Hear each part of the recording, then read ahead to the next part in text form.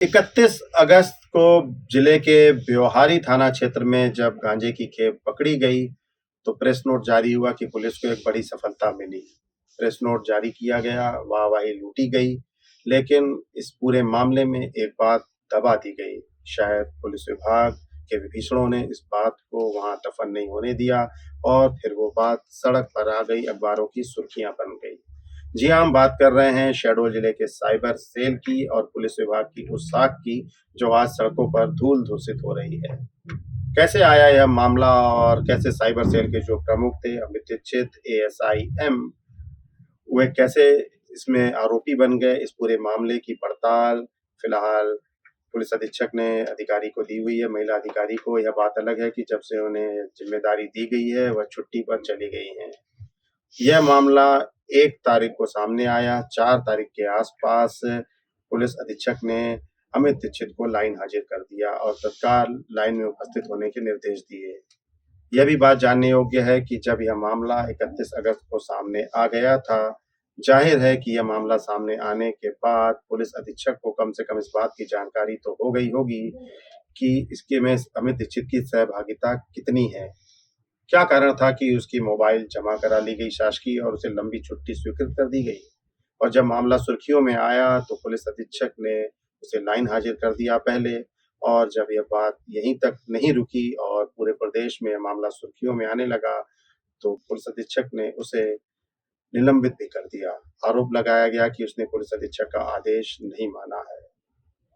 Police विभाग की यह साख जो है शहडोल और आसपास के जिलों में धूल धूसित हो रही है कि आखिर पुलिस अधीक्षक कार्यालय की बातें कैसे बाहर आ रही हैं। यह बात भी सामने आई कि अमित दीक्षित, जिसे जनवरी 2017 में इंदौर में पदस्थापना के दौरान हथियार तस्करों के साथ मिलीभगत के आरोप लगे थे, और उसके बाद वह शहडोल आ गए और शहडोल में फिर उसे बड़ी जिम्मेदारी दे दी गई। इस मामले का क्या हुआ यह तो विभाग ही जाने, लेकिन इतने बड़े आरोप लगने के बाद उसे साइबर सेल का प्रमुख बना दिया गया।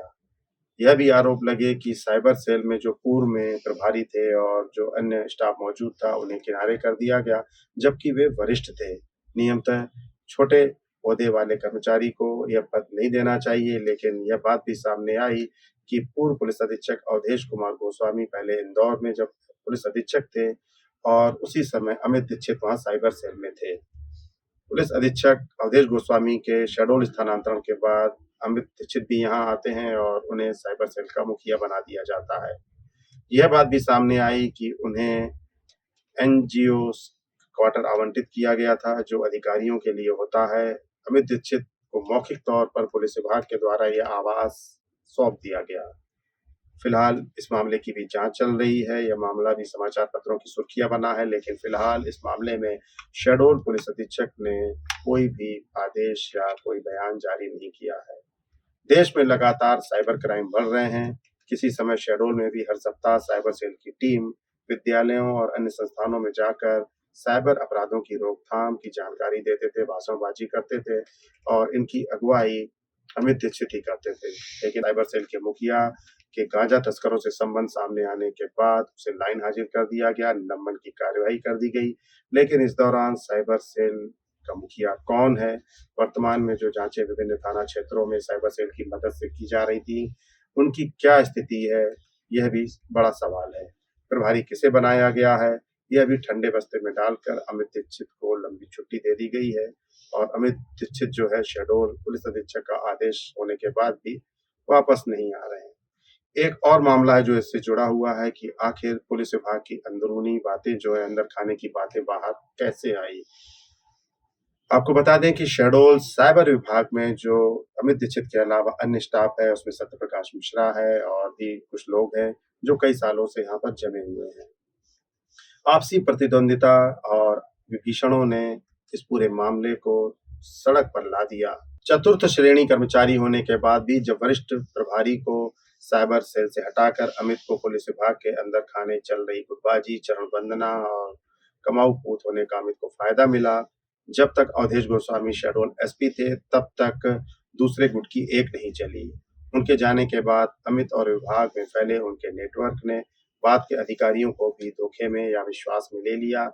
यह माना जा रहा है कि स्वतंत्र सिंह, सत्यप्रकाश मिश्रा और अन्य विभाग के जो अधिकारी हैं साइबर सेल से जुड़े हुए हैं, उन्हें यह बात नागवार गुजरी और वे इस बात की फिराक में थे कि जब भी मौका मिले तो उसकी सच्चाई सामने लाई जाए। हालाँकि धीरे-धीरे समय निकलता गया। अवधेश गोस्वामी को भी यहाँ से गए हुए काफ़ी समय बीत गया और आखिरकार 31 अगस्त का वह दिन आ गया जब व्यवहारी पुलिस ने रोहित शर्मा नामक बुढ़ार के रहने वाले गांजा तस्कर को गिरफ्तार किया और उसके बयान के आधार पर यह स्पष्ट हुआ कि अमित दीक्षित की उनके साथ मिलीभगत है। हालाँकि मिलीभगत कैसे है, उसके बयानों के चैट आए हैं, व्हाट्सएप के चैट आए हैं या रिकॉर्डिंग आई है या सिर्फ बयान के आधार पर यह सब किया गया है, इस मामले में पुलिस ने अभी कोई भी प्रेस नोट जारी नहीं किया है। अतिरिक्त पुलिस अधीक्षक मैडम का ज़रूर एक बयान सामने आया जिसमें अमित दीक्षित की सहभागिता की पुष्टि की गई है।